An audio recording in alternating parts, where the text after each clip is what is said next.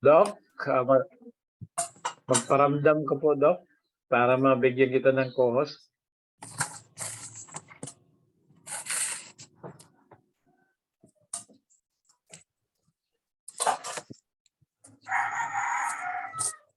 Andiyan na siya, Doc Ray.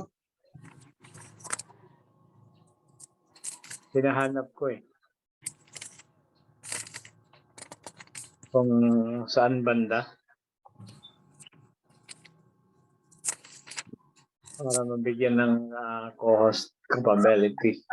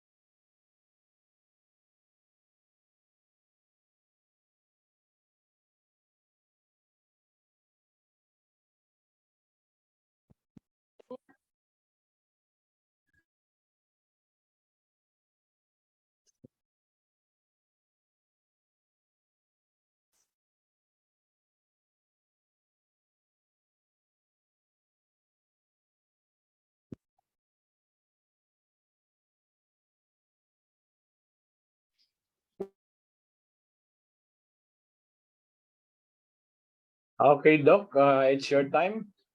You can now share your screen.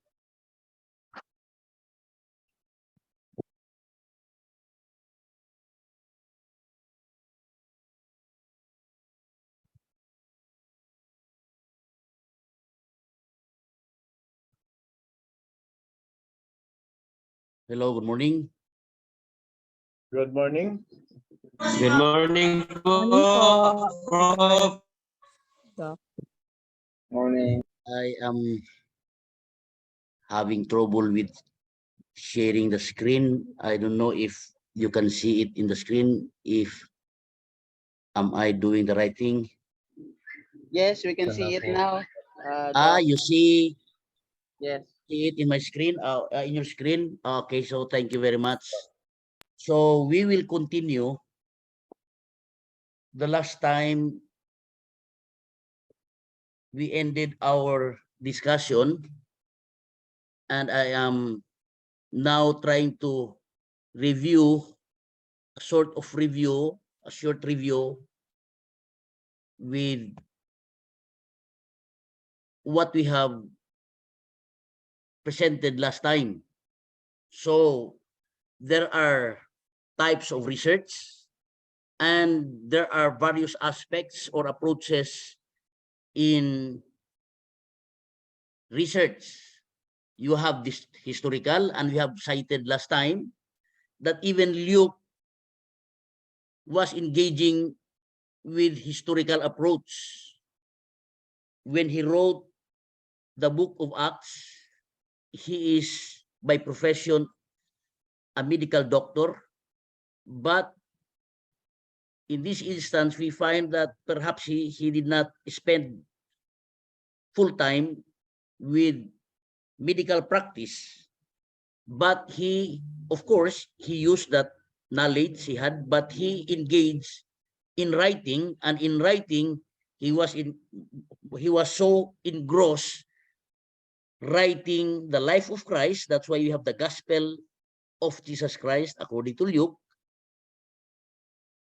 and we have his writings with regards to the activities of the apostles. So if Luke had not written the book of Acts, I do not know if we have ideas what transpired with the activities of the apostles, because we only find their activities, the church growth, the sermons that were conducted, the evangelistic endeavors, everything, the persecutions that they had experienced, we can all find them in the account written by Luke.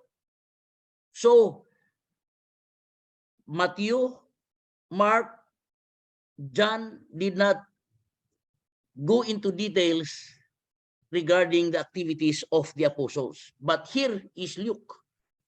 Luke, not a Jew, he was a Gentile, but was able to write the activities of the apostles from the time of the Pentecost toward the later part of Apostle Paul's ministry, the ministry also of Saint Peter.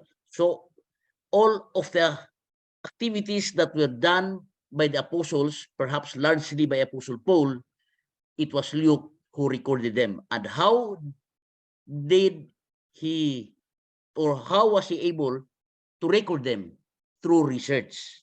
And we find that he was asking some questions based on personal knowledge and knowledge that he gained from questioning. So Luke uses primary source and he also used secondary source. He organized his presentation in chronological order by reading Acts chapter 1, then going to chapter 2, chapter 3, up to the point where he recorded the message delivered by Stephen until Stephen was stoned. So that is a result of research, because not at all times Luke was there, and many times Luke was not there, but he was able to record the account.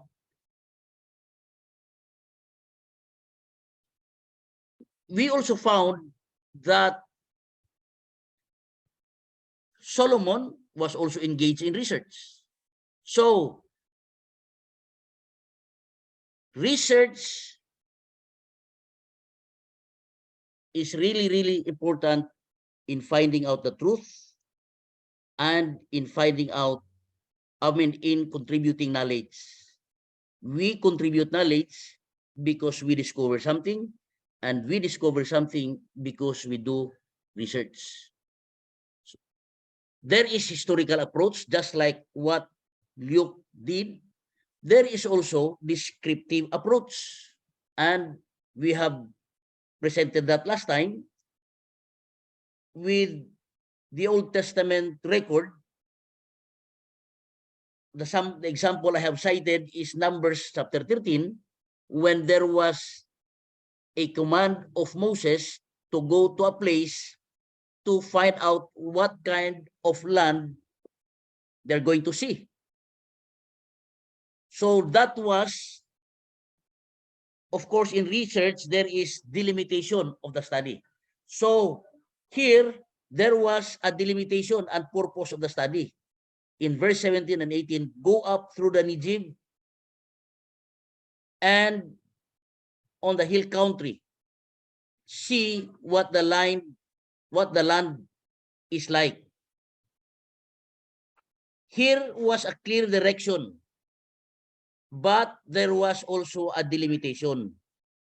The purpose of their study in going there, what they would really have to find out, and of course, they went there to conduct research. So conducting research is to gain knowledge and then report that knowledge to the right people. So here is a sample of a descriptive approach in research.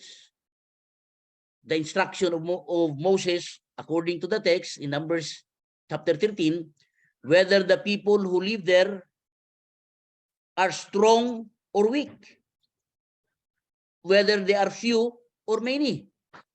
what kind of land do they live in? Is it good or bad? What kind of towns do they live in? Are they unwalled, meaning mayroon bang pader? Are the walls strong or not? Impregnable? In other words, see what is the kind of place you're going to see. How is the soil? Is the soil good, fertile, or not? Are there trees or not? So in other words, they really have to describe everything. So that is descriptive approach of research. And then there is also an aspect on the characteristics of the inhabitants, the towns, the land, the vegetation, the facts, or whatever as the variables of the study. So in research, you have to identify the variables. In descriptive research, there are dependent variables and there are independent variables. So the dependent variables is a result or the effect of the independent variables. So if the independent variable is what it is, then the dependent depends on what is on the independent. Here in the text that we have cited, they have to find out different variables in their study. So we have cited a lot of them. So these are biblical samples of research. Of course, if we go into an actual research, then it matters greatly on the kind of topic, the kind of title, and the kind of research that you will engage in. There are issues that you'd like to find out. I mean, there are issues of which you identify the problem and then find out answers to the problems that you have identified. So, in the conclusion that Moses gave to the spies, he said, do your best to bring back some of the fruit of the land. That is the evidence. In other words, while finding out what kind of place is that, describe everything what is in there, you bring a sample, actual sample of the products that are in the place. So, in a well-designed approach to descriptive approach or descriptive research, incidentally, as further is illustrated in this case, data must also be interpreted. So it is not just gathering data, picking out vital information here and there, but after you have gathered them, you go into analysis of the data, analyzing it, and then reach a certain interpretation. And when you have found out interpretation, of course, you make a conclusion. So in the team report, because they went there and then they came back, various researchers can review the same data and yet reach quite different conclusions depending on their assumptions and worldview. The same data, the same information, but sometimes the emphasis and the conclusion would matter. And it matters greatly on the assumption and worldview. In a particular passage, for example, that particular passage could be interpreted or can be viewed differently depending on the preconceived opinion, depending on the worldview that the interpreter possesses or has. we find that in the 12 spies, they have the same data gathered. The procedure of gathering perhaps would be the same, but of course, there were those who had a positive outlook of the research. They interpreted positively on what they found. But the rest, the 10 spies, were emphasizing the negative side of their findings. There were those who emphasized the positive side of their findings, but there were also those who emphasized the negative aspects of their findings. So the result would be different. The reactions would be different upon those who received the information. There were conclusions made on their findings. The 10 gave their conclusions. The other 2 also gave their conclusions. Majority and most of those who heard the findings based on the report were discouraged. The other 2, their report were full of encouragement. But the other 10, based on their findings, dwelled heavily on the negative aspects of their findings. They reported negatively. And so the reaction was terrible. Great discouragement. And they even wanted to go back to Egypt. They murmured against Moses. They murmured against the leaders. There were much murmuring. And they even decided preference to go back to where they come from, and that was Egypt. So it also matters on the kind of attitude you are in, or rather, the kind of attitude you possess. The attitude by the 10 researchers were negative. They reported negatively, and so the reaction would be negative. But the other 2 reported their findings on the positive side of it. So, people, given the same data, given the same information, but would result to a negative, either positive or negative conclusion. They would interpret it based on their preconceived opinion. Others would interpret it on an objective manner. For example,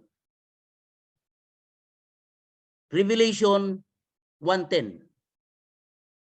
There are various perspectives of understanding that particular passage. And so researcher would dig into the meaning of Lord's Day, Kuryaki, Himera.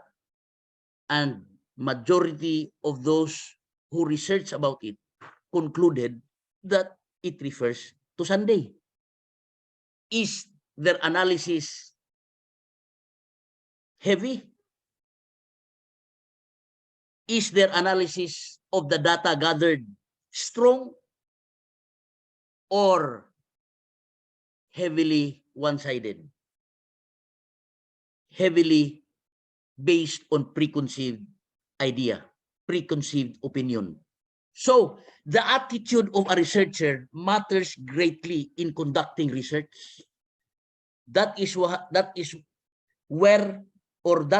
we find in a sample that we have just cited in the book of Numbers. Researchers were sent to gather data regarding the place that Moses had assigned them to find out. They were called spies. Find out and then gather a sample. Of course, the other 2 were able to carry a sample of their report that really the place is fertile, flowing with milk and honey. By a sample they brought with them grapes. So these are different kinds of researchers with different emphasis of their findings and interpretation, much more in their conclusion. It is very, very important to be very objective in our research, because if we already have a baggage carrying or loading us, we carry a one-sided baggage in conducting research, then we can hardly come up with a very objective conclusion. That conclusion might be biased. That conclusion might not be fair enough. So here, because majority of those who carried the analysis resulted with a negative conclusion, they were the ones who did the dominant report, and most of those who hear them believed in them, which resulted to murmuring, which resulted to the decision of coming back or going back to Egypt. That is very, very important. So that was a descriptive type of research. Another type of research is quasi-experimental approach.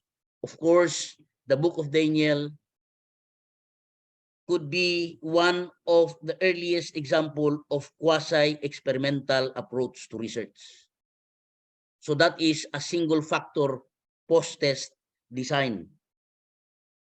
When the king ordered that they have to eat the king's food, because the king thought that the food that he is offering, or the food that he used to eat, is the best food, the best for the people in his kingdom, especially those who are holding important responsibilities. They have to eat the best kind of food, the food that they thought was the best according to perhaps the knowledge. They've been used to those kinds of food. And so the king ordered that their food should be the kind of food that should be eaten by those undergoing training. Others called it Babylonian University or University of Babylon. So those students in that university had to eat the best kind of food as what the king thought to be. But when they were confronted with Nebuchadnezzar's dietary regime, Daniel and his three friends at the Royal University of Babylon proposed a comparative study. They said, why not give us a test for 10 days? Give us vegetables and then water to drink. After 10 days, compare our appearance with other trainees, with other students in your university. These students who ate the royal food, and these students who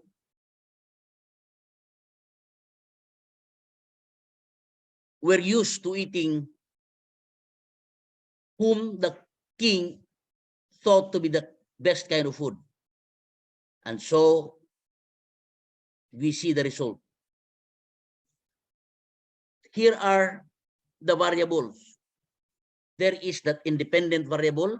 What was the independent variable in their study? That was an experimental study. The diet. So the food that was given. So it was a comparative study. The independent variable of that study was the food given. The food was given to Daniel, the food that they wanted to eat. Of course, the other is the food that the king wanted them to eat. And there is now a comparative study after 10 days. Find out which kind of food is best. So there was simple food versus the royal food, the food offered by the king, and the food that they requested to eat. We see that Daniel and his 3 friends were the treatment group, while the other young men were the control group. So theirs was a different kind of food. That's why we could call it the treatment group. They were the treatment group, while those who eat the food offered by the king were the control group. And what we see was that the test was a question of which kind of food was better upon finding out after 10 days. So as a result of the study, the result of the finding was that the food eaten by Daniel and his 3 friends were far better than the food that the king offered. So, in this sample, we can see that there is an experimental type of research, and it was comparative. So, the study seems to have included a longitudinal component. There were 3,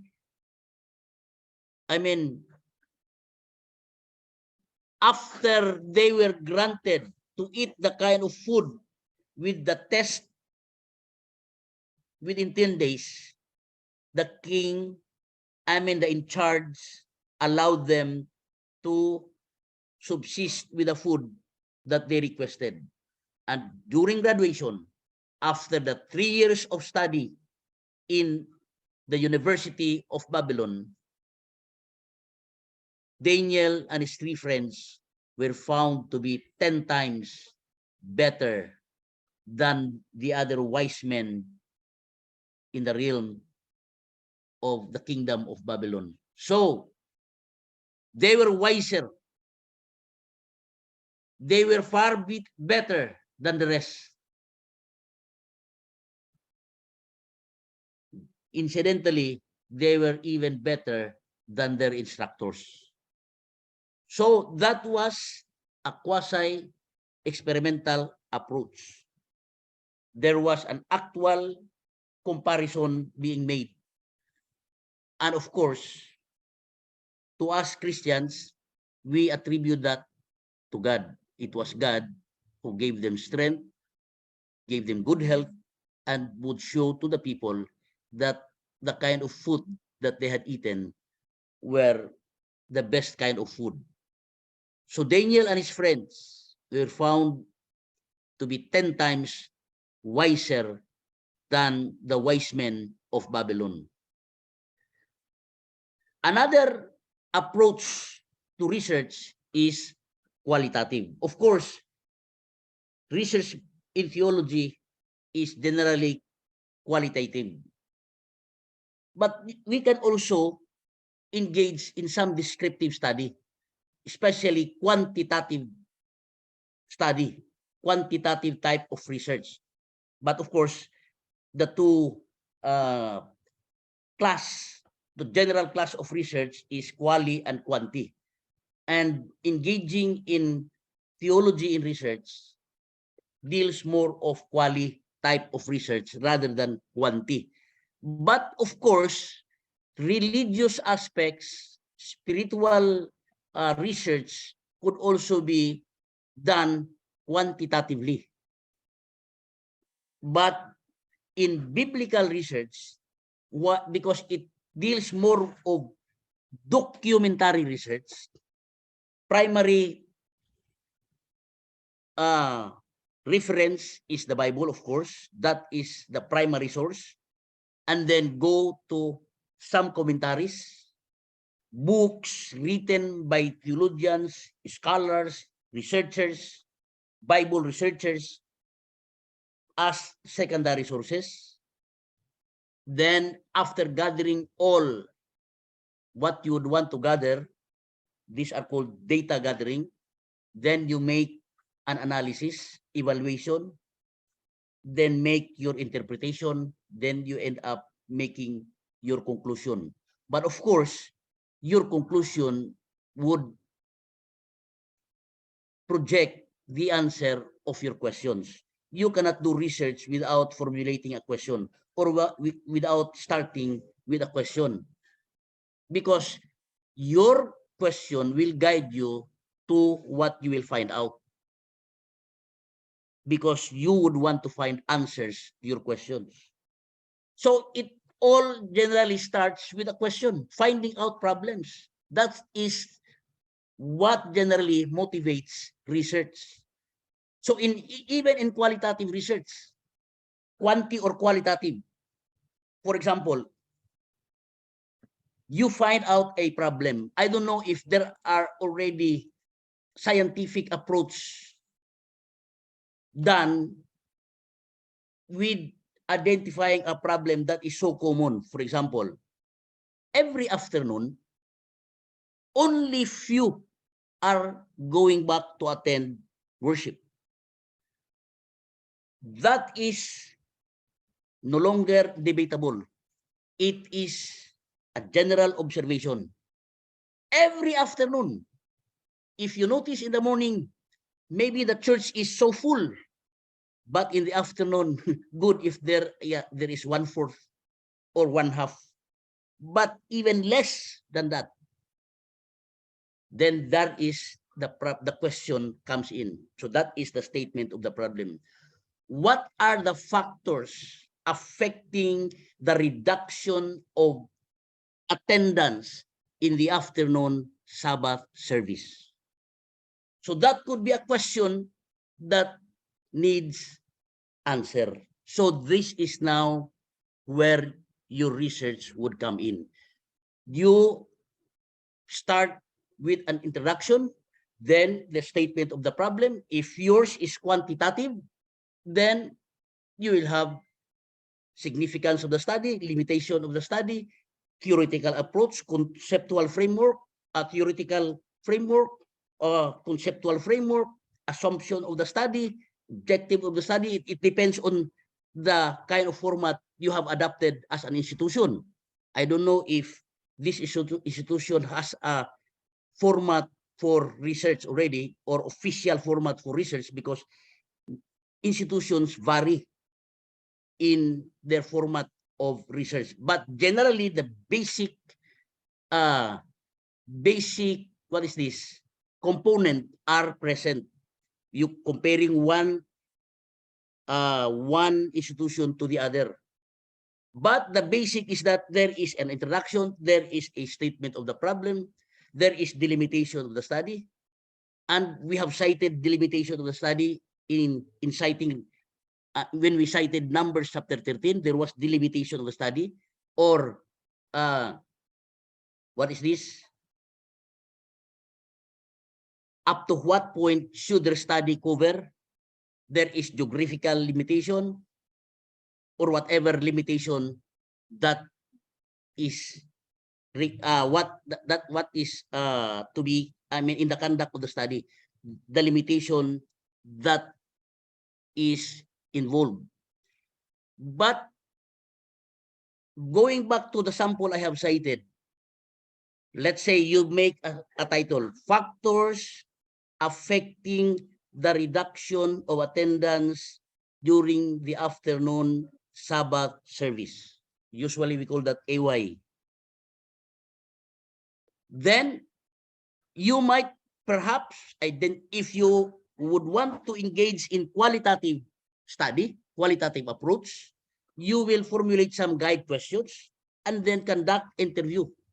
But if you'd like to conduct it quantitatively, you create a questionnaire, formulate some questions, identify some factors, and then in one factor, state some of the specific points for them. Let's say if you will use 5-point Likert scale, but in which they would answer strongly agree, slightly agree, neutral, or neither agree nor disagree, and then slightly disagree, then strongly disagree, if that is the Likert scale that you adopt, where the respondent would just choose the reason for not coming back. let's say, for example, you would put it there, I do not come back in the afternoon because I would like to spend my time in the house, in bed, or sleeping, or whatever. And then if they would check, strongly agree, then that would be the reason.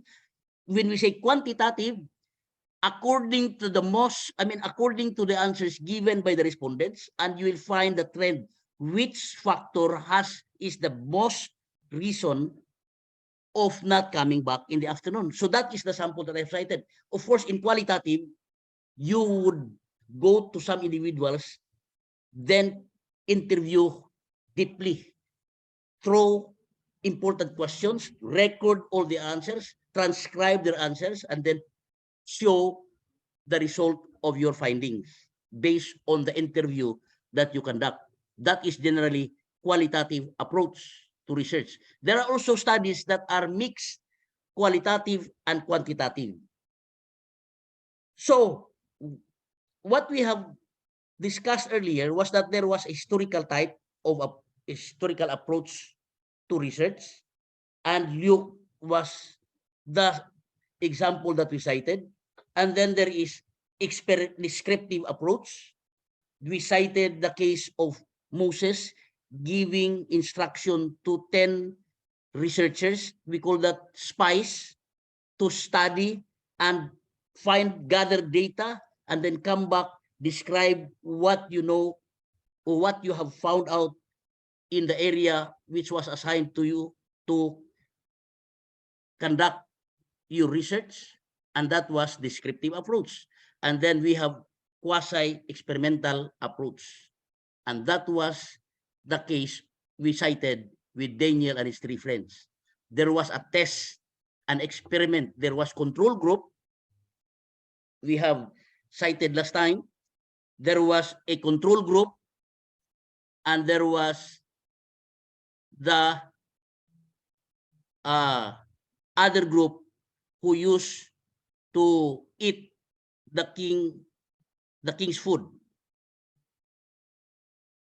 And in that study, the conclusion was the kind of food that Daniel ate were much better than the food that the king would want them to eat.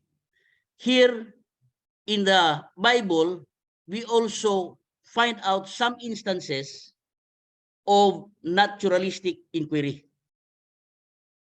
For example, Luke, he was a participant observer in Paul's missionary journey. That's why at some point in time, Paul was there.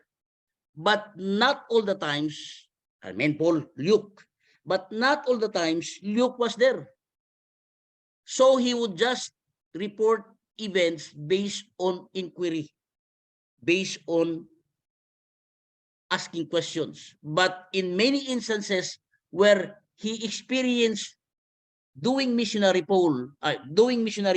activity with Paul, he was able to write directly. So there is a transition of his writing. Transition to the first person, beginning in Troas until Philippi, and then several years later from Philippi onward to Rome. So you will find his records in Acts chapter 16 and also in chapter 20. So in qualitative approach, there are cases of direct observation, and we can find it in Peter and John's examination of the tomb where Jesus had been buried. So they went there and see directly for themselves. So that is an approach to finding out knowledge or gaining knowledge. Another is Gideon's observation. We see that story in Judges chapter 6 of the wheat and the dry flesh. So in the wheat and dry flesh, there was an actual observation conducted by Gideon. Another is Nehemiah when he inspected the ruins of Jerusalem. Of course, that actual inspection, there was a corroboration based on an interview. So he was able to gather data primarily on his actual knowledge, his personal knowledge, not on a secondary knowledge gained by other persons. But he corroborated it when he interviewed others. And so the knowledge that he had gained is firsthand, and the others is from the others, secondhand. But they were also reliable. So in gathering information, one very important element to consider is reliability. Of course, you might be able to gather information from an unreliable source that will affect your conclusion. That will significantly affect your findings. So it is very, very important that the issue of reliability of the source needs to be seriously considered. Now, in the day of Christ, Jesus remarked that persons would make predictions based on qualitative observation of natural phenomenon. But some were not applying a similar process to the signs of the times. Jesus was telling them, you're good in making observations of natural observation. You know that this season is coming because of this, because of that, because of this, because of that. So people were so observant, and so they could make a conclusion based on the observation that they have made. It was already a pattern. It became a pattern to them. So based on the pattern of observation, they can readily and easily give a conclusion. But that kind of understanding they had were not applied in the signs of the times. And that is what Jesus had said and in his rebuke to the scribes and Pharisees. And you will find that in Matthew 16, 2-4. Jesus was telling them, you're good in this, but you are not applying the kind of procedure that you have known in natural phenomenon. So let us again try to see what Luke had written. He said in Acts chapter 17, verse 11, he said that Bereans are of more noble character than the Thessalonians. What is the problem?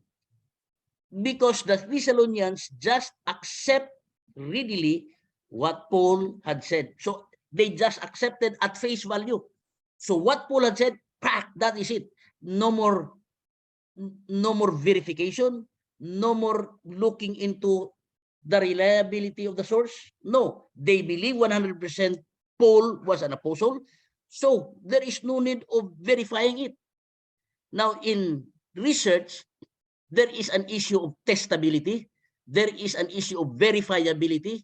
There is an issue of repeatability. That is in scientific course of research, of finding out and verifying things. I mean, of looking at the strength of your findings, verifiability, observability, testability, repeatability. When we speak about creation, of course, it is beyond the scope of natural way of proving things. Of course, there are some,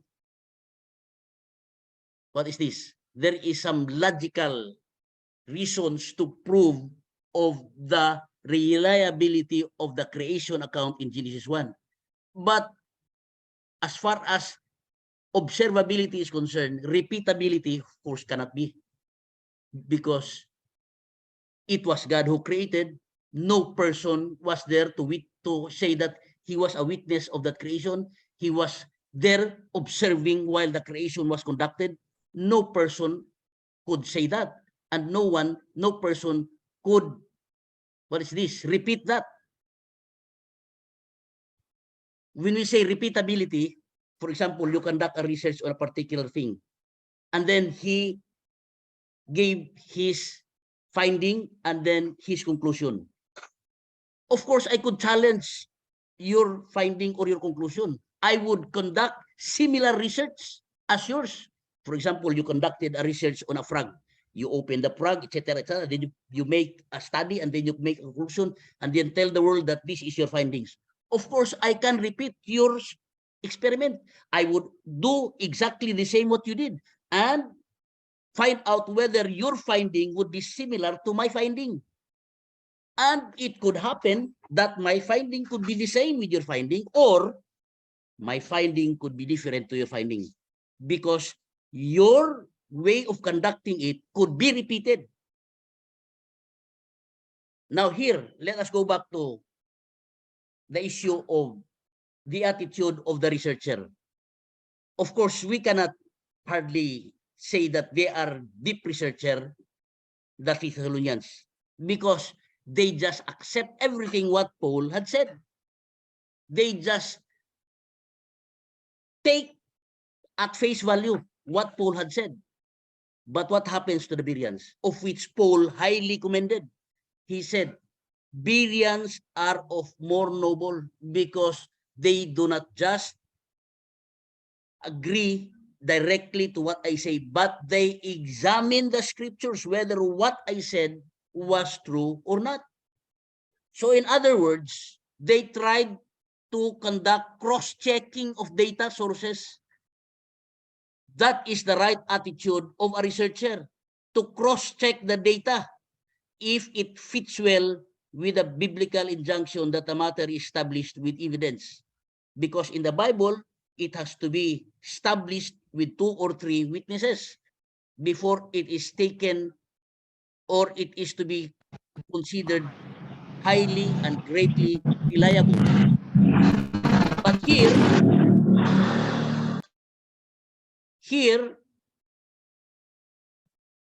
the witnesses of the apostles was based on the triangulation of what they had seen and what they had heard.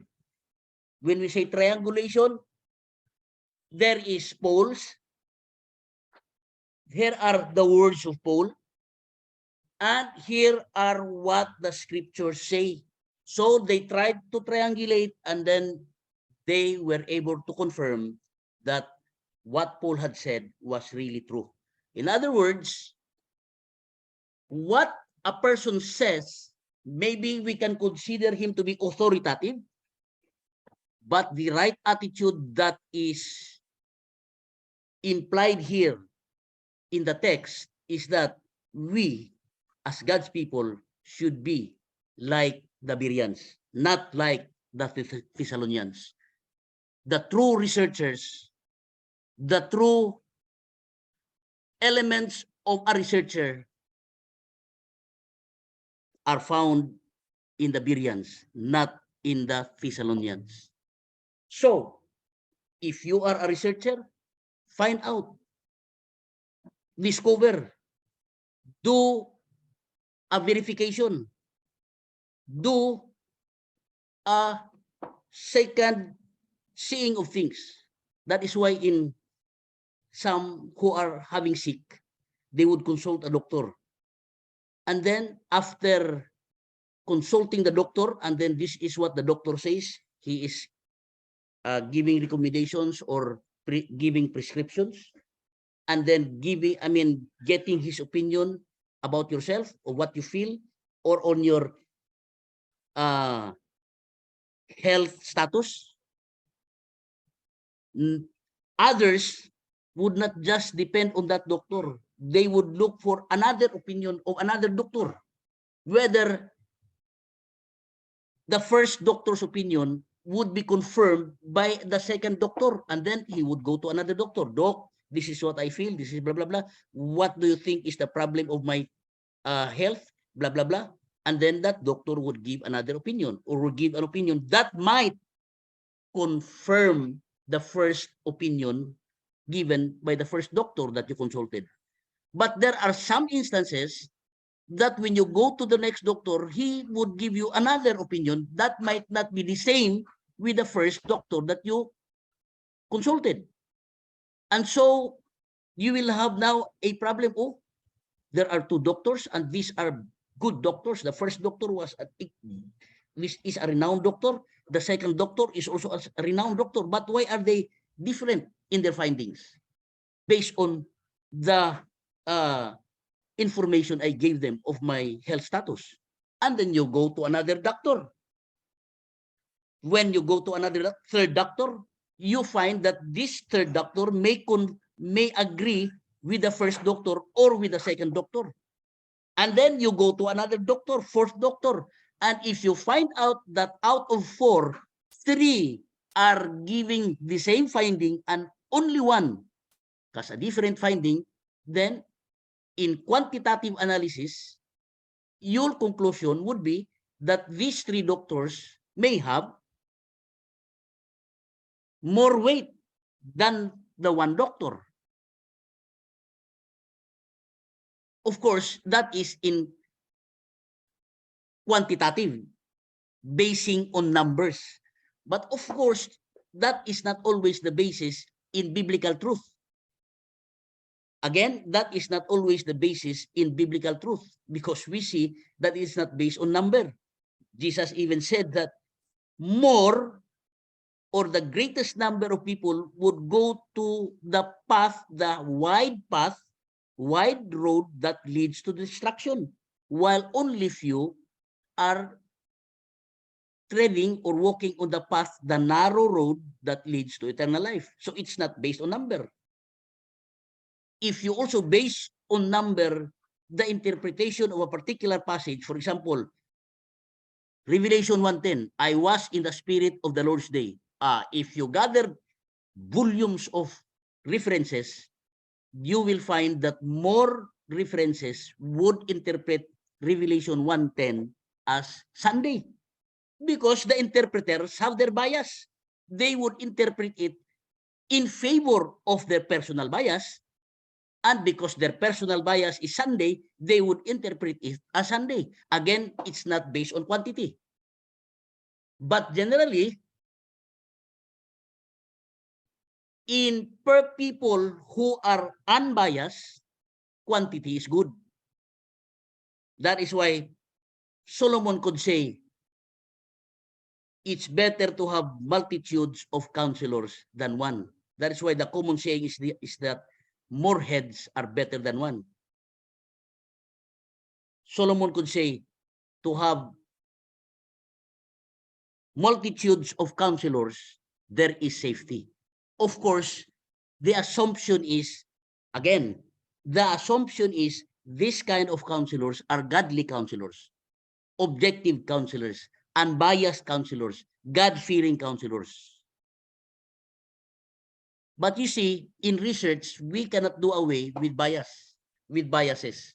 And again, the method that is used of the Berean researchers is they use cross-checking. There is what we call triangulation. There is poll, there is the statement of poll, and there is the verification of the scripture. Many times, we rely on a person whom we have high regard. If we think that that person is reliable, that person is authoritative, that person has a good reputation, of course, at face value, we just automatically, directly believe what he says. And that is the attitude shown by the Thessalonians. But the Bereans were not like that.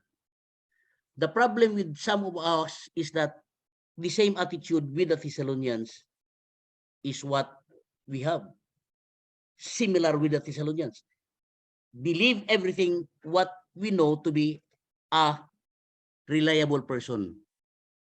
But the Bereans, while they believe that Paul was an apostle, while they believe that Paul was a reliable person, they still engage in cross-checking to make sure that the conclusion would be very, very strong.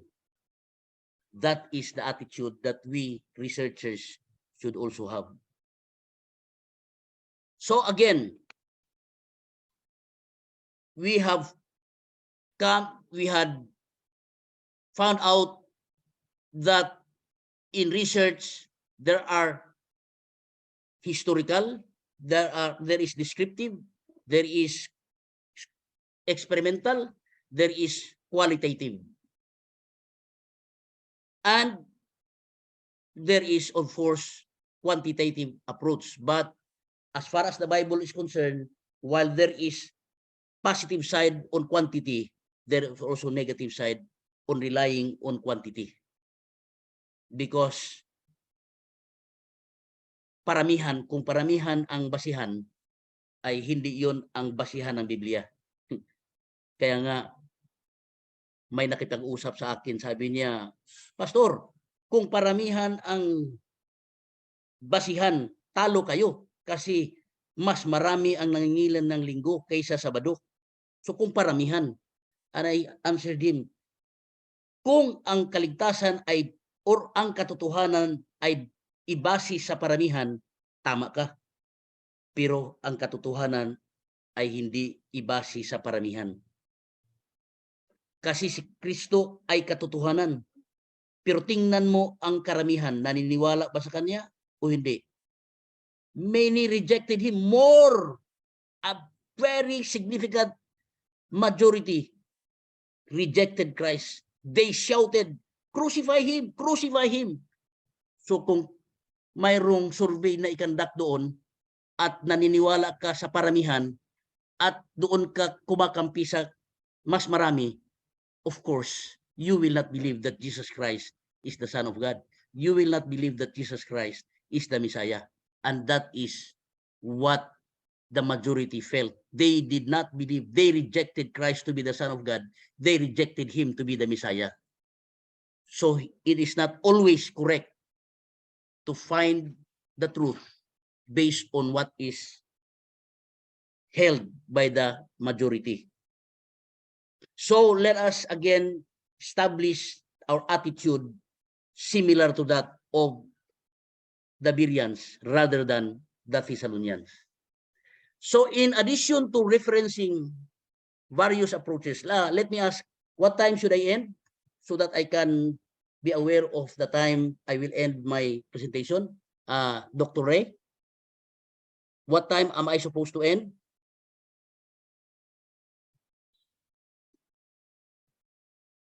Hello, I am still there, or am I speaking without anyone listening anymore? Am I still there? Yes po. Good morning po. Yes, Yes, yes, Yes, Doc. Okay. May I know what time should I end? Yes, Doc. If Dr. Ray? if you can still extend up to 9:30, it's just okay. Okay, Because okay. the next speaker is not around. Okay, okay. So I will end Okay. to I will be presenting until 9:30. Thank you very much, Doc. So Okay. let us continue. Let us continue. Let's go to the principles of research. So at least we have tried to establish some biblical samples of conducting research. The attitude in research, that is very, very important. Our attitude as a researcher and the way it is conducted and the principles involved in research. The approaches rather. And now let's go to the principles of research. So in addition to referencing various approaches, the Bible highlights core concepts within research. This includes the following principles. One is inquiry is linked to discovery. So you will be able to discover by conducting inquiries. Of course, there are some who will discover without any inquiry. That is accidental discovery. You walk on a particular path or a particular road or a particular place and accidentally you discover something. Of course, you have no intention of discovering that. For example, in the parable of Jesus Christ, there was a farmer. and in farming, he accidentally found a treasure. So what did he do? According to the parable in Matthew 13, he sold all what he had and bought the land because he discovered a treasure. There was no intention of finding a treasure in engaging that kind of farming. But generally speaking, discovery is linked to conducting inquiry. So Jesus spoke of this relationship when he said, ask and it will be given to you. Seek and you will find. Knock and it shall be opened unto you. So there was the spirit of curiosity. But while there was curiosity, and it is the key trait in inquiry process or in conducting inquiry, so the process of inquiry itself requires an investment of personal effort. So when you conduct inquiries, you invest time, you even invest some amount of money and effort. Solomon gave this remark, if you seek wisdom as silver and search for her as for hidden treasures, then you will find the knowledge of God. That is, if you, there is conditional clause, if you seek wisdom as silver and search for her as for hidden treasures, then you will find the knowledge of God. That is the basic thing that we need to know. We invest time, we invest effort, we invest, even others risk their lives just to find out something. Another principle in research is research builds on prior knowledge. In other words, you have knowledge or limited knowledge beforehand, or knowledge that were known by people ahead of you. Job 8 verse 8, you find the text that says, ask the former generations and find out what their ancestors learned. That is why we have what we call traditions. The kind of common practice that is greatly or highly observable is always based or generally based on traditions. So why are those kind of traditions becoming so established? It is because that is what they have learned from their ancestors. It is passed on from one generation to the next generation. And it has become solidly established. And Job said in 8 verse 8, ask the former generations and find out what their ancestors had learned. So again, research builds on prior knowledge. In a similar line, Paul wrote, for everything that was written in the past was written to teach us. While there is what we call additional knowledge, but additional knowledge are sometimes founded on the prior knowledge. So there is a developmental aspect of the previous knowledge that was established. There were knowledge gained in the past, but that knowledge could somehow be improved and developed. So it did not just come directly as it is. For example, airplane. Airplanes now are highly sophisticated compared to the first making of an airplane. Orville and Wilbur Wright. Of course, the invention was attributed to them, Orville and Wilbur Wright. And if you look into how they made the first airplane, of course, it was just very simple, and the first test was conducted until it became successful. But that knowledge was developed, and the later knowledge was based on a prior knowledge, the knowledge that was first known from the first inventor of airplane, known as Orville and Wilbur Wright. And of course, Orville and Wilbur Wright must have learned some principles prior to establishing that, prior to making the first airplane. They must have gained some principles somewhere else and then develop that and then form what they have learned from the previous knowledge, and then there they have developed the first airplane. And then as time moves on, the first airplane was improved and then improved until today, the most what is this high-tech kind of airplane that we now have. So it was improved from the previous knowledge that was gained. Same is true with us today. Of course, the basic reference that they use, the Israelites rather, were the 5 books of Moses. That was the basic reference as far as truth of God is concerned. The first books written by Moses, and then other writers wrote, and then they would base some of their writings in the previous writings that were written by Moses. And in fact, the New Testament writers would quote some of the truths from the writings of Moses. In fact, Jesus would quote Moses.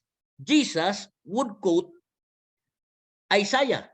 So they were knowledge established ahead, known ahead, and then developed later or cited by later writers. So ask the former generations and find out what their ancestors learned. Also, Paul said, for everything that was written in the past was written to teach us. What about Daniel? As he surveyed the broad scope in knowledge, of course, Daniel was told by an angel that there will be an increase in knowledge, which would be the defining characteristics of the time of the end. Many shall run to and fro, and knowledge shall increase. So it is suggesting that there is a surge in research in the end times, especially our time, which we consider to be in the time of the end. We are now in the time of the end. And what is the great characteristics of God's people in the time of the end? There is knowledge increase of knowledge. Of course, knowledge is not just accidental. Most knowledge are a result of research. You see, some biblical texts have this particular conclusion, but others are not perhaps contented with the conclusion made by some former researchers. They dig deeper and deeper, and they found perhaps the same findings or a different findings. But let us always remember that the Holy Spirit who authors the Bible must not be contradicted by another person led by the same Holy Spirit. They must not contradict from each other. Again, research builds on prior knowledge. Another principle of research. Research encounters limitations. We cannot do away with limitations in research. So there are matters that transcend the capacity of research. That is why the book of Job asks this question: can you search out the deep things of God? Can you find out the limits of the Almighty? Of course, you cannot. This is a rhetorical question, but the answer is clear. You cannot. Why? God is infinite, and you, as a finite being, cannot fully comprehend the infinite. So the deep things of God that are not revealed, you cannot anymore find out. It is beyond your capacity to find out. That is why there is limitation. And the Bible has set forth that limitation in Deuteronomy 29:29, when it says, what God has revealed is for us, and the things that are not revealed are not for us. So the things that are not revealed, no matter how deep is your research, of course, you cannot find out. Like the question, where does God come from?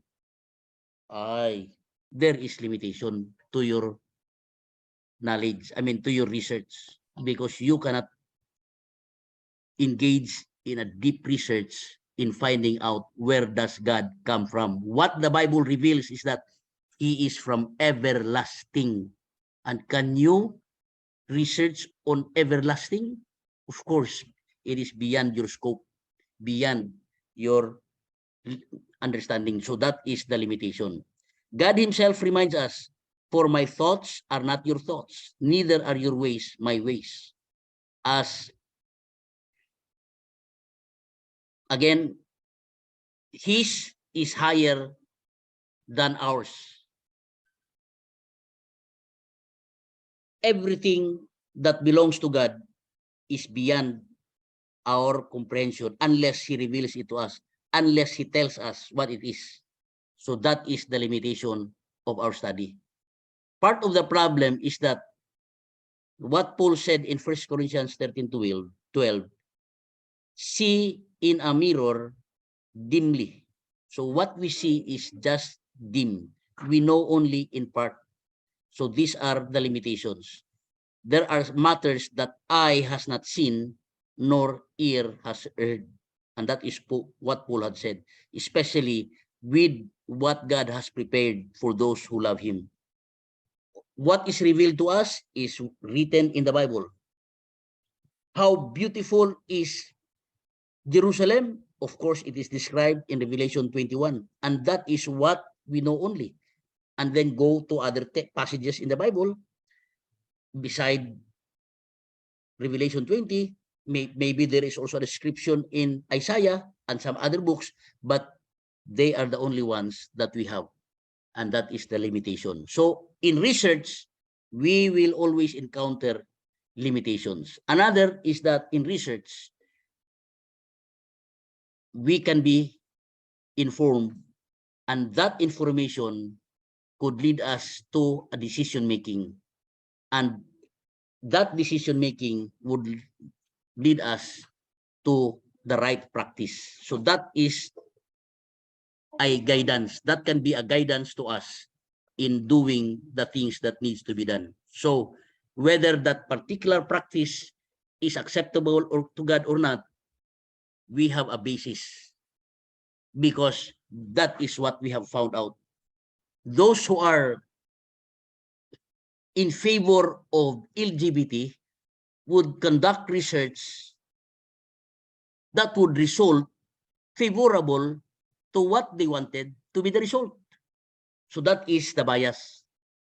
If you are objective, try to see whether LGBT practice is approved by God or not. So from Genesis to Revelation, find out everything what is said, the principle, implicit, much more explicit statements, and then draw a conclusion whether homosexuality or homosexual practice is acceptable to God or not.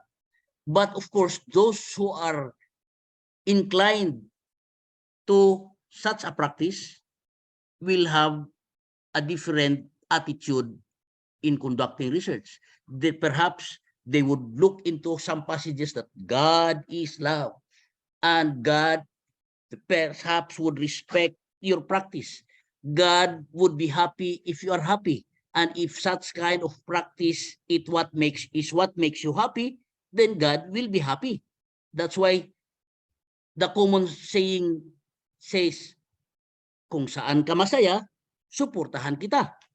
And that kind of statement perhaps could be a statement of God. Kung saan ka masaya, suportahan kita. And since homosexuals are happy with that kind of practice, God perhaps could say, kasi dyan ka masaya, susuportahan kita dyan. Is that what the Bible says? Is that what your finding is? When you conduct research as far as the totality, because there is not only sola scriptura, sola gratia, but there is also tota scriptura, totality of the scripture. In totality, is that your conclusion of based on your findings? Dahil diyan ka masaya, matutuwa din ang Panginoon. Of course, it matters and it depends on the attitude of who says it or who conducts the research. So, again, your decision making is based on your findings. You make decision because that is what you have found. Say, for example, what they discover in their Cebuan Bible is that ang itik, ano yun sa Tagalog yung itik? Itik pa rin ba? Mababasa nila sa Leviticus 11 verse 18, itik ay kasali sa mga abominable birds. And so, in their Cebuan Bible, they find itik. They go to the King James Version, swan. Based on these two references, they make their conclusion. Sala. Sala pa rin ba yung ano sa Tagalog? Maybe I'm right. To eat. Mali. Mali, no? So, Kasalanan po, kasalanan. Kasalanan o kasalanan pag kayo ay kumakain ng itik or swan dahil mayroon kang mga binasihan na referensya. Then that becomes the basis of your decision. And that decision becomes your guide. Okay. Papatapusin mo muna, kapatid. Patapusin mo muna. Okay. Okay po. So again, we are dealing here with research. So you have your basis because tinitingnan mo sa Cebuan Bible, mayroong itik. Tinitingnan mo sa King James Version, mayroong swan. Then you make your decision. Based on the information or the data you have gathered, you make your decision. And that decision guides you to your practice. So what is your practice? You refuse to eat duck or swan or itik because of the information you have gathered because you conducted research. But is that kind of research exhaustive enough? In other words, did you only limit your source on 2 or 3 sources? Or what is the right attitude of conducting research? Limiting your references, or you gather as much reference as you can, gather much data as you can, so you can come up with a more balanced information, analysis, then make your evaluation, then after that, your conclusion. Of course, your conclusion would be the decision, and then the decision would become your guide in your practice. So that is a very basic principle of research. There is a pastor who condemns other pastors because other pastors allow, and then, I mean, they are not having a conclusion similar to his conclusion. That pastor is always attacking some pastor. You are teaching falsehood. You teach error because you allow the brethren to eat swan, or you allow them to eat itik. Of course, because he also conducted his study. Maybe he has gone into Strong's exhaustive concordance and some others. But the question is, how exhaustive is his research? That's the question. Did he allow other areas as part of his consideration and evaluation of his research? That is the very important thing that needs to be considered in research. So, research is, first, you will encounter limitations, but in that kind of research, it would be good if you will gather much more, because yours will be more reliable.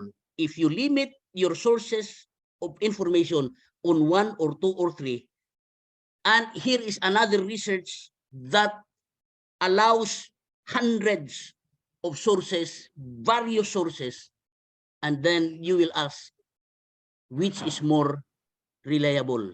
Whose research is more reliable? Whose research is more trustworthy? Then it's up to you to decide. So another example that we can cite is in 1 Chronicles 26, when David needed to identify qualified persons or personnel. A search was made in the records, and of course, capable men and others were found at Jazer in Gilead. David then placed these individuals in charge of the Reubenites, the Gadites, and the half-tribe of Manasseh for every matter pertaining to God and for the affairs of the king. So there is a research conducted, and then thorough information was gathered. That was the data, and then they make the decision, and then the decision becomes their guide practice. Also, Moses, you will find that upon entering Canaan, there was a rumor that some of the Israelites had begun to worship pagan gods. And of course, research was to proceed before making a decision leading to an action. And so you'll find in Deuteronomy 13, 14, 15, let a full search be made, and let questions be put with care. So before making a conclusion, before taking action, find out first. And in finding out, there is simple search and there is an in-depth research. In-depth research is more reliable than a simple search. Of course, it matters on the object of your the knowledge that you'd want to gain. But again, these are the principles of research. And finally, that research is a divine directive. We can find an example here in Matthew 13:52. Jesus stated that every disciple of the kingdom of heaven is to be like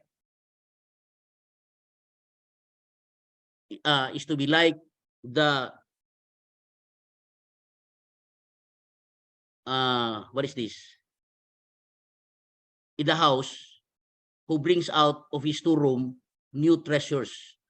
So all that proceeds from the storehouse is of value. Some of the treasure is to be fresh knowledge, perhaps as a result of research.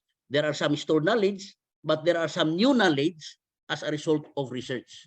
So also King Solomon gave this implication that research carries a divine endorsement. So I set my heart to seek and search out by wisdom concerning all that is done under heaven. So he added that burdensome task God has given to the sons of man by which they may be exercised. It is very important, is a divine directive in research. So you ask God's guidance, the Holy Spirit, so you will be led into a right knowledge, right findings, right conclusion, which would of course result to a right practice. So I think that my time is up, unless otherwise you have some additional questions or inquiry with regards to what we have just presented. These are very important in research. Bible is replete with methods and principles of research. And here we have just presented last time and up to this point of time. So I think my time is up. I will now give back the time to our in charge, Dr. Ray. Thank you very much. Good morning, everyone. Okay, thank you very much, Dr. Perral. For those questions, you can have your questions answered now. May tanong po ako. Regarding po ito sa balot. Kasi po, dito po sa amin, may mga dumadalo po from US po, no, ng mga pastors. And then, hindi ko alam kung totoo po to. No? May mga pastor din po tayo dito na isa po yung sa mga delicacies na pinapatikim po sa mga pastor doon sa Western pastors. Ano po ba ang stand po natin sa balot? Okay, thank you very much. Our books, our fundamental beliefs and research books or books written by our scholars, I have not yet seen a study conducted by our researchers in Andrews, in some other theological schools or seminaries. Because I don't know if in America and in some other countries, they have balut. I don't know if in ASEAN countries, only the Philippines has it or some other neighboring countries have it. But in research, of course, you have to find out whether there is balut in the Bible because our ultimate basis is the Bible. So discover whether balut is found in the Bible or not. And after finding out from Genesis to Revelation that there is no such word as balut or similar concept, similar to balut, if you cannot find, then you will say, oh, balut cannot be found in the Bible. Go over again to Leviticus 11, go to Leviticus, Deuteronomy 14 and others. You cannot find balut. And so you ask the question, if there is no balut, what are the principles involved with regards to clean and unclean in relation to balut? Of course, others would look into the question, is balut considered animal or balut considered an egg? Ang balut ba ay animal, hayop ba? Or ang balot ay itlog? Yun ang mga tanong na itanong. Pag ang balot ay hayop, pupunta ka doon sa mga qualifications ng hayop. Paano gawin o paano magiging pagkain ang isang hayop? Ang instruction is of course, sa Binisaya pa, imong ihawon, paagason ang dugo. Ano ba yan sa Tagalog? That is why I seldom use Tagalog because I am having difficulty with my Tagalog. But anyway, most Cebuan members Patuguin. of this, Patuguin siya, patuguin. paduguin. Tapos mapadugo, saka na katayin, tapos lutuin.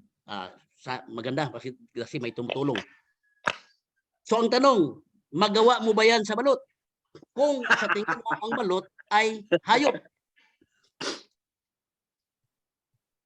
Kung ang balot ay belongs to the category 1 egg. Ibig sabihin kung ang balot ay egg. So hindi mo masunod yung specification or instruction na sinabing katayin, paduguin, ihawin. Ihawin ka na bang ano bang Tagalog?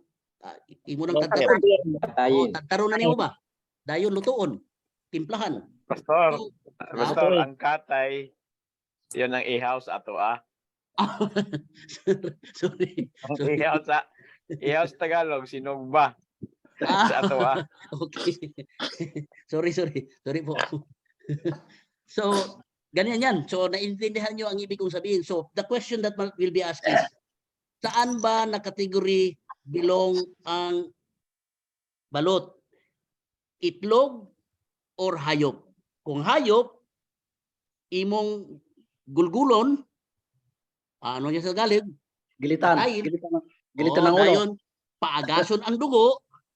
Pagpaaga sa dugo, usa pa na mo dayon tagtaron, dayon lutuon. Mahimo ba na nimo sa balot? Kakain na lang po eh. Kakain na lang sa basta eh. wala nang patug-patugo. Kakain na lang basta eh. Balot eh. Kaya nga, is a question of whether hayop ba yan or itlog ba yan? Kasi ang itlog, understood na hindi mo yan ihawon. Iklog na Kain. pan, Dok. Iklog na balot. Kain. Iklog na manok. Itlog na manok ay lulutuin mo, imong dungagon, imong tortilyason, ay pag-i-interpret lang, Doc Ray, kasi nahirapan ako pag Tagalog dyan. Imong either tortilyason mo or imong lutuon pinaagi sa boiled water. Mo na ang itlog. So kung So, ganyan Pastor, ang pagluto mo sa itlog at balot, depende.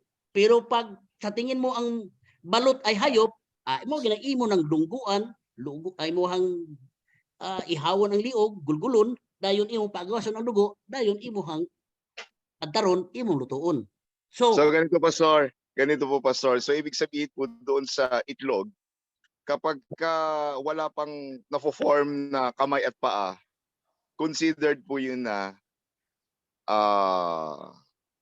tawag dito po, itlog. Yes, oo. So kapag nagkaroon na siya, syempre yung process nga po ng pagiging sisiw, lalabas ang kamay, lalabas ang paa. So kapag gano'n na ho, na meron ng nabuo na parang itsurang sisiw, ay hindi na ho yun pwedeng lagain. Kasi nga, kung pag-uusapan natin ng pagluluto, ay nilalaga naman yun. Hindi naman kinakain ng ilaw yun. At tama rin po yung sinasabi naman po na syempre talagang kailangan dumanak talaga yung yung paaagasin po yung kakatayin. So doon ho siguro ay mas matibay yung batayan natin na hindi talaga pwede kasi wala nang prosesong nangyaring ganon. Paano ito yung tanong doon, no? Paano linuluto ang balot? Dalaga. Laga. So itlog siya. Hindi, tinatanim yan siya, no? Gulay pala kasi Sa itinatanim. duta. Tinatanim sa duta, tapos niluluto.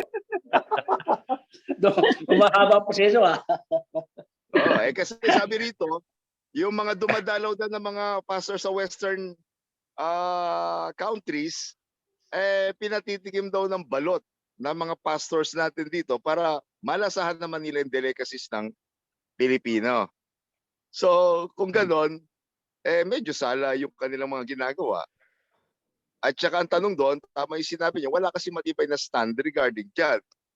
So, yung atin pong yung assumption po is based din naman po doon sa tinatawag na kung susundin po natin yung process, doon mahuhulog talaga na hindi po pwede. Kasi tama rin sinabi niyo, word for word, wala naman tayo makikita at wala naman mababasa na mayroong matibay na stand regarding sa pagko-consume ng mga ganung bagay. Kaya dadalhin natin doon sa yung process. Ano bang itsura nun? Yun ba'y hayop na? O nananatiling itlog pa? O may kamay? O may ulo na? At lalagain mo? Yun ang hindi po pwede. So tama po yun na talagang hindi naman talaga siya debatable na ay hindi pwedeng kainin kasi nga yung process mali. Dalawa kasi klase yung balot eh. Merong balot Pinoy. Yes, yun nga yung sinasabi ko kasi yung Pinoy, yung balot Pinoy ay itlog pa. No? Pwede yun. Itlog pa yun. Ang tawag doon, pag sinabing balot Pinoy, itlog pa. Ano? Kasi, Doc Ray, Tama, meron yung... itlog pa, no? Itlog pa. Pag sinabing balot na 1 week old, kasi merong iba-ibang klase din, depende sa harvest na gagawin mo kung kailan mo gagawin. So, mayroong talaga, pinaka gustong-gusto ng mga yung mga palainom, yung mga yung 1 14 week days. old. Oo. So, yon? Ano ba ang tawag doon? Itlog pa rin kasi nasa loob ng itlog. Doc, dagdag ko lang po. Yung pong itlog kasi po na balot na may sisiw na, hindi talaga po pwede yan kasi abortion yan eh. Parang yung mga anak na, parang yung mga anak na ho. Di ba yung mga anak, ina-abort, kumpleto na paa, kamay. Abortion yun, kasalanan eh. Ito, kumpleto na, may tuka na, may balahibo na, may paa. In-abort Pero niya. kapatid, ang tao hindi itlog. O yung nga po, parang gano'n eh. Ito itlog, kumpleto na rin siya eh. Yung tao eh, abortion Oo. kumpleto na rin eh. Yung sinasabing So, yung sinasabi pong binigti. Yan ho yan, yung binigti. Kasi pinikpikan parang naman yon. Yung may manok na pinikpikan, parang binigti na rin talaga yon. So ito yung principle sa akin lang naman ito mga kapatid. I do not want to bring you into my side. Bahala na po din kayo kasi sabi pa nga wala namang mababasa o hindi mababasa. So we're talking here of principles, no? Ganito po. Bakit ipinagbabawal ang dugo? Hindi po ito pinagbabawal kapatid na bastang ipinagbawal lang ng Panginoon eh. Dahil po ang dugo, yun na nga po ay buhay, pero ito din po ang nagdadala ng mga Bakterya. mga Bakterya. yung dumi, no? Okay. Yung dumi ba? Kasi as the animals go around, no? Nakakagather din po yan ng mga nandun yung virus, nandun yung kung anong mga bacteria, etc. Nasa dugo yan umiikot, no? So, ang principle dyan, pag uminom ka ng dugo, anyway, kainin pala, no? Kasi yung dinuguan ay dugo talaga yun na pinatigas at ginawang niluluto din yan eh. Merong dinuguan na sinama lang yung dugo sa luto para sa kanila masarap yon, no? So, bakit po marumi po ang dugo? Kaya ang reason bakit ipinagbabawal yung dugo dahil marumi. Kaya ang tanong ngayon, if you are going to apply that blood into the egg, ang tanong, na-expose ba yung dugo doon sa egg? Na-expose ba siya sa environment para magkaroon siya ng dumi doon sa dugo ng balot? Nakabalot po siya sa itlog eh. That was the protection eh. Ang tao, iba naman yon. Kasi ang tao, konektado doon sa pusod, yung pusod, no? Yung navel ng nanay. Nave, tapos, na pag sinilang siya, doon na yung pinuputol eh. Kasi doon yung supply ng pagkain, saka yung dugo ng nanay, naletay doon sa dugo ng bata. Pero sa balot, kapatid, itlog siya. Pag naging itlog siya, wala pong dugong dumadaloy. Kundi sa development, sa loob lang talaga ng itlog, doon nagkakaroon, nade-develop ang Kasi that's the wonder of God's creation eh. So sa akin lang naman, no? Yung dugo doon, hindi pa expose yun sa tinatawag karumihan ng mundo sa Not until na maging sisiw na siya, maglakad-lakad, tumakbo, lumaki, pinikpik mo, hindi makain mo talaga yung dugo na exposed environment. So, para sa akin lang naman, hindi naman ako kumakain ng balot, pero palagay ko, pwedeng kainin ang balot. So, Permission to speak po. you are permitted, ma'am. Kasi ano, Based lang sa understanding ko sa Bisaya kasi nanghingi ng rescue si Doc na i-translate sa Tagalog kasi mga Tagalog yung kausap eh. Ang ano po, siguro para hindi tayo ma-misled, i-classify natin yung yung balot. Siya ba ay hayop? Kung hayop siya, applicable yung sinasabi natin na bawal yung mga process na ganun. Ngayon, kung ang classification niya ay itlog, so doon siya applicable sa classification niya as itlog. Wag nating isama, wag nating i-mix yung sinasabi sa Bible na applicable lang doon sa hayop or applicable doon sa itlog. Yun lang po. Itlog siya hindi siya okay. hayop. Okay, maraming salamat Sister Sherlyn. Yung tanong din ni Pastor, ano po, itlog ba o hayop? Hindi lang naman po ang kategory itlog hayop. Ang sabi ng Bible, nagakamang. Yung itlog, hindi pa yan kumakamang eh. Ano ba, paano ba yung Tagalog yan? May makakatulong ba dyan? Malaka, Na gumagapang.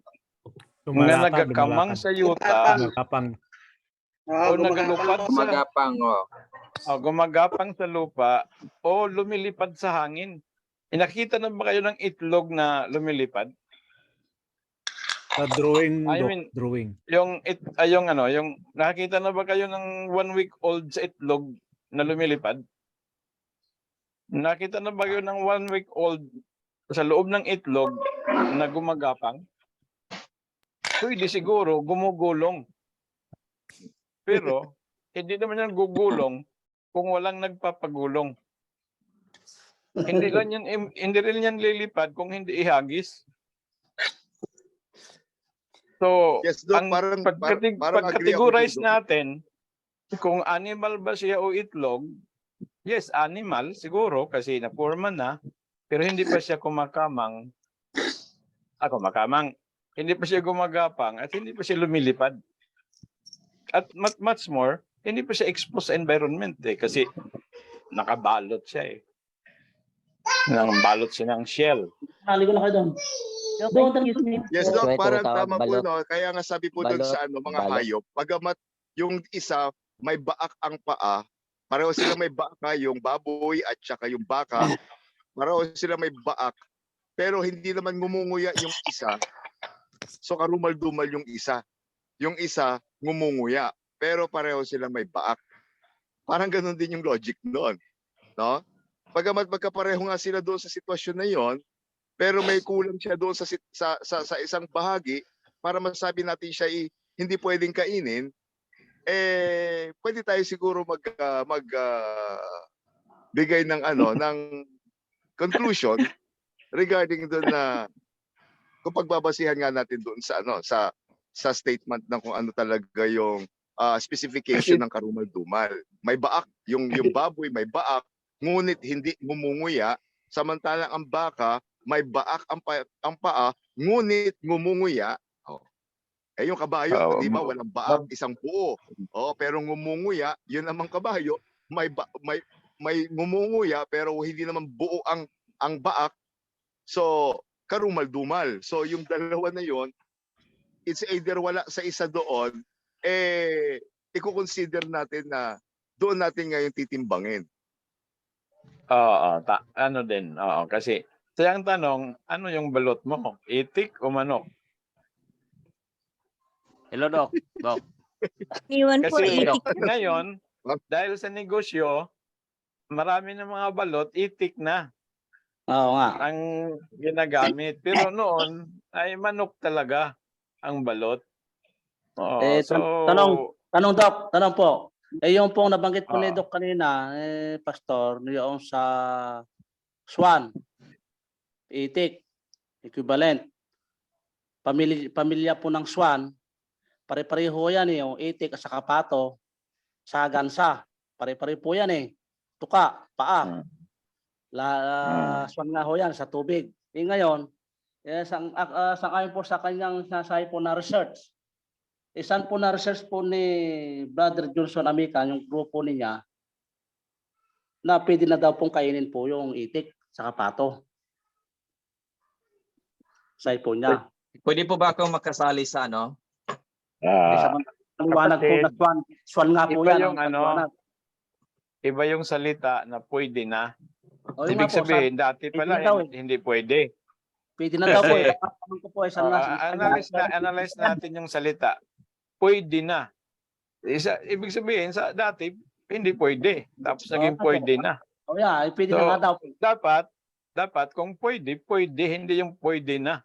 Oo No? nga. Matagal na yan, Doc. Matagal na yan. Ang tanong ko nga, Doc, saan po niya na-research? Kasi ang topic May kasi pas- research eh. Sa libro. Hindi ko alam kung nakapunta siya sa Middle East o doon talaga sa ano. Pero ito naman narinig ko lang sa isang pastor din na pinag-aralan daw po yan. Kasi yung sinight ni pastor, sabi nga ni pastor, according to one research. So how about the other research? So, meron din gumawa daw ng research na yung swan daw dyan sa Bible, yung dikit ang paa, no? Dikit ang paa. Hindi daw yung katulad ng pato na ano, kasi hindi naman dikit talaga yung paa ng pato eh. Kung titingnan mo yung pato, yung itik dito sa atin, meron pang isang ano eh, ang tawag naman doon baby, no? Baby, di ba? Merong baby at saka itik. Baby Purposes pato. lang yun sila. Gansa, pabo. Oh, may pato din. May gansa, may Baby. gamaw. Oh, yung baby, Okay. sabi ko yan, pato, baby. Sabi ko yan. So, ang paa nila, hindi sila dikit eh. Merong nasa pagitan. Pwede po ba akong Na yun maka-insert? ang ano. Sige, after ko na lang, huwag ka na lang uminsert. So, tapusin ko lang sabi ng pastor. Na yun daw po doon, sinasabi na dikit ang paa, dikit talaga yun. Mayroon din talagang animal na dikit talaga yung mga paa. Pero hindi daw, yun ang sinasabi ng yung katulad dito sa atin. Inarinig ko lang din naman yan. No? Hindi ako nag-research niyan. No? So, dito siguro si kapatid na Aris, baka may na-research talaga siya na nabasa niya na aklat na nagpapakita ng mga picture at saka Okay, Sige, ganito po kapatid kasi. na Aris. Ganito Go po ahead. kasi. Kung mag-research po kayo mga kapatid sa kosher ng mga hayop at mga ibon, ang kosher po ay kabilang po doon ang duck kasi kinakain talaga yan ng mga Hudyo. Noon pa. Yes, yung duck. Ganun ba? Kasi Swan yan, swan. Sabi Nandiyan sa libro natin yan, sa You and Your Health. Okay. Nandiyan. Tapos patungkol naman sa so okay na tayo diyan dahil ang mga Hudyo naman ay kumakain naman talaga ng mga duck, ng mga pato. Pagkatapos patungkol naman din sa paa, hindi naman natin pwedeng i-classify din ang paa ng pato na kasama doon sa apat na paa kasi yung may baak ang paa ay hindi naman siya pwedeng ma-classify dahil ibon naman po ang pato. So hindi mo siya pwedeng isama siya doon dahil ang baak na paa ay classification siya para sa apat na paa. Pero ang pato ay hindi siya apat ang paa. So classify siya as bird. So paano naman natin ma-classify yung bird na makain siya? Pag hindi naman siya, kung sa Bisaya pa mananagit, so hindi siya makasama doon. Kasi ang lahat naman na hindi nakakain yung mananagit kung sa Bisaya pa. At hindi naman mananagit ang pato. Alam kasi natin bakit tayong mga Pilipino ay minsan kung hindi natin naranasan kumain ng mga pato at lalong na nakikita natin na sa putikan sila ay umiinom at kumakain ng mga ano-ano na lang. Pero kung iano nyo talaga ang pato mga kapatid, mga herbivores po yan sila. Kasi para yan silang mga pabo, nakakain yan sila ng damo. Nag-a-adjust lang yan sila sa kanilang lugar kung saan sila nabubuhay para sila makasurvive. Ngayon, patungkol naman sa patungkol naman din sa Bible, kaya mapansin ninyo doon sa bawat translation ay magkaiba. Merong na mababasa mo na may pato kung sa Bisaya translation, Cebuano translation may itik na nakalagay talaga. Pero kung anuhin mo yan, ay mistranslation yan. Dahil may maraming mga translation ng Bible na wala talagang itik na nakalagay kung sa Bisaya. So diyan mo makikita na may pagbabasihan na mistranslation din siya. Ngayon sa tungkol naman sa ating mga scholar, kahit si Pastor Manuel Rodriguez, isang theologian at scholar, ay nagsasabi siya na classified as, kung sasabihin pa, makakain talaga ang itik o pato. So kaya nga may pinalabas tayong bago ngayong aklat sa para pang doktrina, yung tinatawag na timeless truth, naka-specified talaga doon na pwede na makain at nakalagay doon talaga na kapabilang siya doon sa makain na mga ibon. So hindi siya classified as apat na paa doon sa mga hayop. So ganyan mga kapatid, yan lang pong masasabi ko. Hello, Doc Ray. Hello, Doc Ray. Hello. Ay, Salamat. naka-off pala ako. Naka-off pala Hello, ako, Doc. sorry. Tanong ko kay Sir Ares, anong sabi sa timeless truths? Pwede na o pwede? Dati na, pwede pa yan. Matagal na. Matagal na po yan. Nakalagay po doon sa timeless truth. Kung may timeless truth po tayo, naka-identify doon sa pwedeng kainin na mga ibon. Nandoon yung pato. So hindi siya Dito naka-specify sa akin kasi, wala akong timeless truths, pero meron ako ditong walang hanggang mga katotohanan. Nandyan, Doc, sa Your Bible and You. Matagal na yan. Belong siya sa mga pwedeng kainin. Okay. Doc, yung sa akin yung research ko yung about sa blood. Yung pulang kulay sa balot, hindi pa napipisa, hindi yan matatawag na blood. Kasi ang composition sa blood and oxygen. Katulad yung asin, anong composition sa asin? Dalawa yan. Kung tanggalin ng isa, hindi na si asin. Yan ang sabi ng mga expert. Yung Indian po natin noon sa Ayas, yung sa Indrasina Wijayanaki man siguro yun. Siya nagsabi na hindi pa yan blood. Kung hindi pa napipisa. Okay. So, Thank you, Doc. So, mamaya magpapabili ako ng balot. kasi naman po patungkol naman din sa nahikog. Ano sabay na sa Tagalog? Ano ba 'yan sa Tagalog? Yung nahikog? Namatay sa sarili. Yes.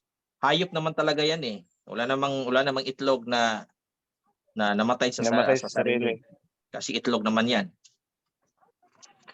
Nabuak di ay. Pinatay lang pinatay lang, Doc, pinatay. Hindi siya namatay sa sarili pero pinatay talaga dahil niluto eh. Buhay Kaya sana. nga, iba naman Wala yung naman namatay talaga sa sarili at yung ayok na niluto. magpapakamatay sa sarili. Wala, pero pinatay siya. May have the floor, Doc. Kasi ang sabi sa Biblia, strangled. Kasi tama yung sabi ni Ka Edsel na wala talagang magpapakamatay na hayop. Pero kaya ang term dyan ay strangled. No? Nadali. Hello, Doc. May have the Sa litag. Hello, Doc. May have the floor, Doc. Okay, Sir Chavez. Doc, marinig ba ako, Doc? Opo. Yes, kapatid. Verification lang po, Doc, dahil sa translation, okay yan si Sir Aris. Nalaman natin na yung yung classification ng animals at saka bird. As yung pato talaga doon sa Middle East, kinakain talaga yun as in. Tapos yung itong translation dito sa Leviticus chapter 11, dito sila kumukuha na at tapos mag-conclude sila na hindi dapat kainin. Dahil ang sabi sa Cebuan version ay itik yun doon. Which is yung tama talaga na translation ay hindi dapat itik, dapat swan ang translation. Or yung ang itik sa Bisaya ay yung swan sa Bisaya ay iba yung, hindi yun itik eh. Ano yun? Yung eagle yung Gansa. original. Yes, gansa. Pato? Sweetik. Gansa? Hindi. Yung Dili, swan sweetik. baba. Yung O dapat yung malaking yung pakpak. nag-translate nito sa English Hebrew to to Bisaya, dapat hindi itik yung tinranslate niya. Dapat gansa. Kaya Which is makikita, tama naman talaga yung paggansa. Dahil yung gansa ay sabi sa English dito sa Hebrew word is sinabi yun doon ay tinshimit siya.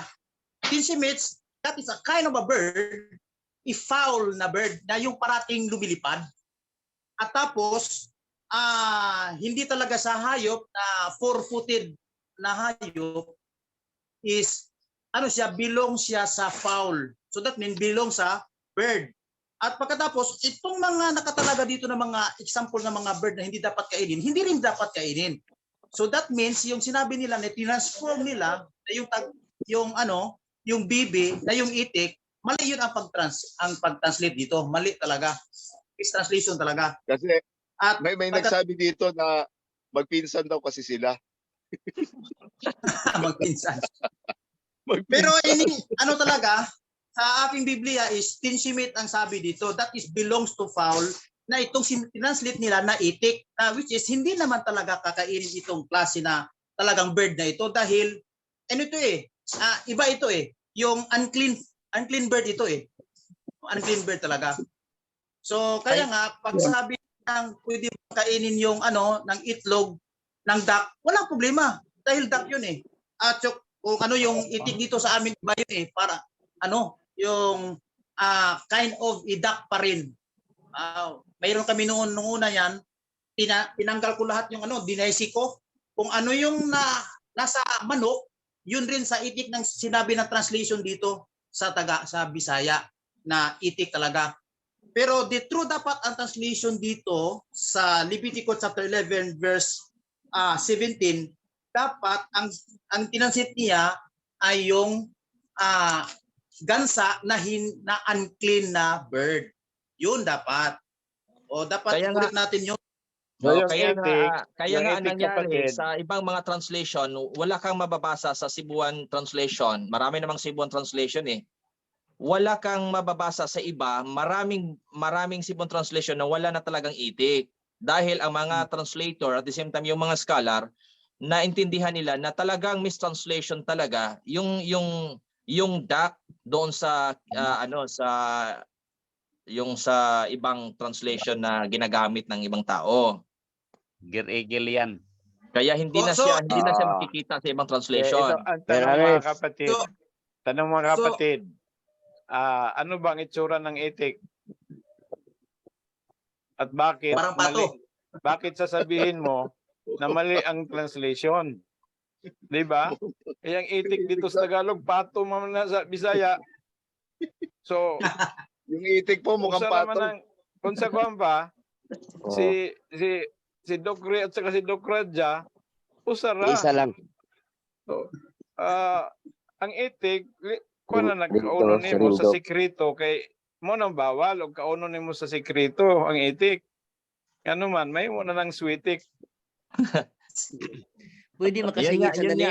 Kaya na wala na mga bagong translation kidding. ngayon na itik na talaga nakalagay. Wala na po. Yung mga old translation po na mga Cebuan, may itik pa. Sir Ares. Cebuano de ay. Sir Ares. Sige, si Doc Laig. Go ahead. Ano lang, Sir Ares, yung ginamit kasi ng mga karamihan na ayaw nilang kumain dahil may nabasa sila. At hindi nila na-research kung ano talaga ang totoo.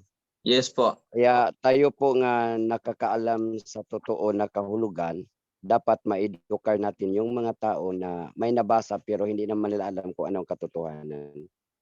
Pero Yun nga. salamat doon sa mga nabigay nyo na mga ano.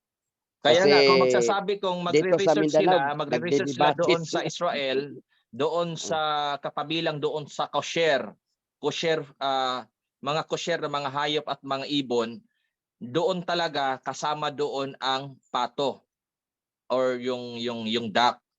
So, yun na po ang kinakain nila, parang ano na rin, kasanayan na rin nila sa pagkain na rin ng manok. Kaya mag-research na lang po sila. Available naman po ang information sa kosher. Ano yung mga pagkain kosher na mga hayop at ibon ng mga Hudiyo. Kung kumakain ng pato ang Hudiyo, bakit tayong mga Pilipino na ang ating diet doon sa Levitico ay galing po sa mga Hudiyo? So tayo ang hindi kumakain dahil ang akala natin ay ito ay hindi malinis. Pero naman po ang sa kaisipan ng mga Hudiyo ay malinis naman ito. So, yun nga ang nangyayari. Tama. Okay, so I think to conclude, let's give the time back to Dr. Perral. Ay, maraming salamat po. Maraming salamat po. Actually, ganito yan kasi sa sinasabi ko sa research, maraming dapat sources na titingnan. Of course, we all know that the Bible, especially the Old Testament, was originally written in Hebrew. And so, the safest thing to do is to go to the Old Testament manuscript, which is Hebrew, and then find out what the text says. As what has been pointed out earlier, that the Hebrew word for what is translated by some Bible is itik, which is a translation from the Hebrew word tinshibit. But by making comparisons, by visiting or by finding out what other translations have rendered in regard to the Hebrew word tinshibit, most, if for example by random, you will gather 60 different kinds of translations of the Old Testament, you will find out that more abundantly, great translation of tinshibit is rendered owl in Leviticus 11:18, even in verse 17. Owl. Hindi gangsa, kasi gangsa is geese. Owl.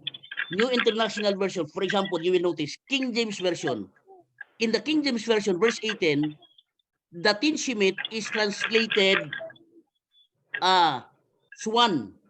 But you will notice in the New King James Version, they're the same, King James Version, but the other is King James, while the more updated is New King James. You will find in the New King James Version is no longer swan, but it is owl. So the most updated version renders tinshibit as owl. New International Version, owl. Jerusalem Bible, owl. New American Standard. There are three categories of translation: formal translation, dynamic translation, and paraphrase translation. Most formal Bible translation renders tinshibit as owl. So let us not still hold firmly on the translation which is swan, because most modern scholars, updated scholars, no longer consider tinshibit as one. Even Encyclopedia Judaica, Jewish Encyclopedia, considers tinshibit, swan, as belonging to the clean fowls. Many other studies in Mishnah, in Talmud, and some others, they consider swan to belong to the classification of clean birds or clean fowls. So, based on that few studies, we can already make a partial conclusion that it is not part of those that are prohibited. There are still others. Of course, it takes time. If I will discuss about that, it would take longer time to discuss point by point. But I am just showing to you some of the references, like more translations, more updated translations, no longer translate tinsimit as tuan, but owl. If you go to Okay. I will not discuss further because we still have time next meeting, but that is what I can say. But there are Okay. more So, scientific presentations that could be done in regard to that. Thank you very much. Dr. Perral, I think that would be a nice addition to your discussion and research next time. Okay, okay. So, at least as of this time, it is very clear to us that owl looks differently from our duck. Okay. So, lahi ra kay gitsura, mga igsoon. Kay ang pato, yung itik na pato, o kung ano man yon, no? Yung itik sa Tagalog na pato sa Bisaya, no? Singkit mo nagmata, incheck. So, ang owl ay dagko mo nagmata. So, lahi ra kaayo. So, it's really different. But anyway, we'll have further knowledge about it the next time. Okay? Because at this point in time, si Ma'am Kalim ay medyo excited nang mag-present. So let's have a short break for 3 minutes for our personal necessities. Then we'll give the time to Ma'am Kalim. Nandyan na ba si Ma'am Kalim? Yes, no. Okay, so Ma'am Kalim,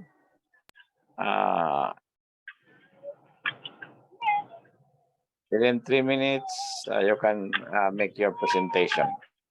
Thank you.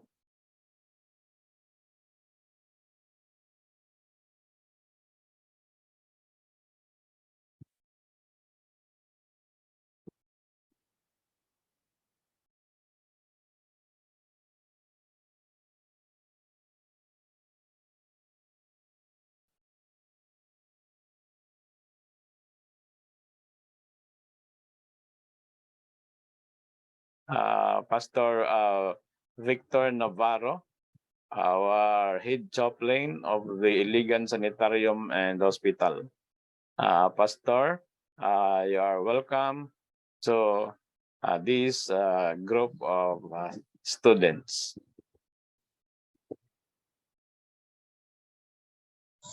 Thank you. Kinakita ta sa kuan.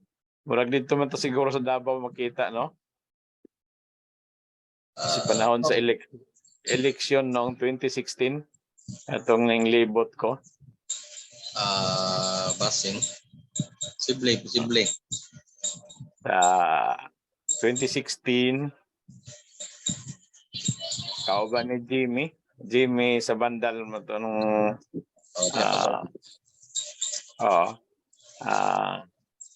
angat tayo po. Ako po yung nag-present doon sa ating devotional sa hospital.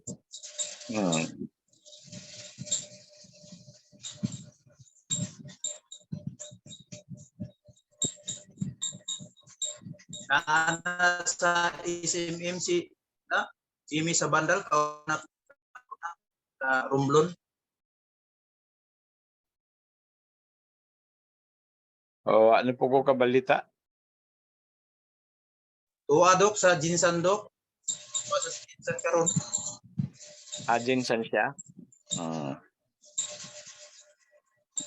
Pero nibalhin dito sa Davao. Sa Davao gusto.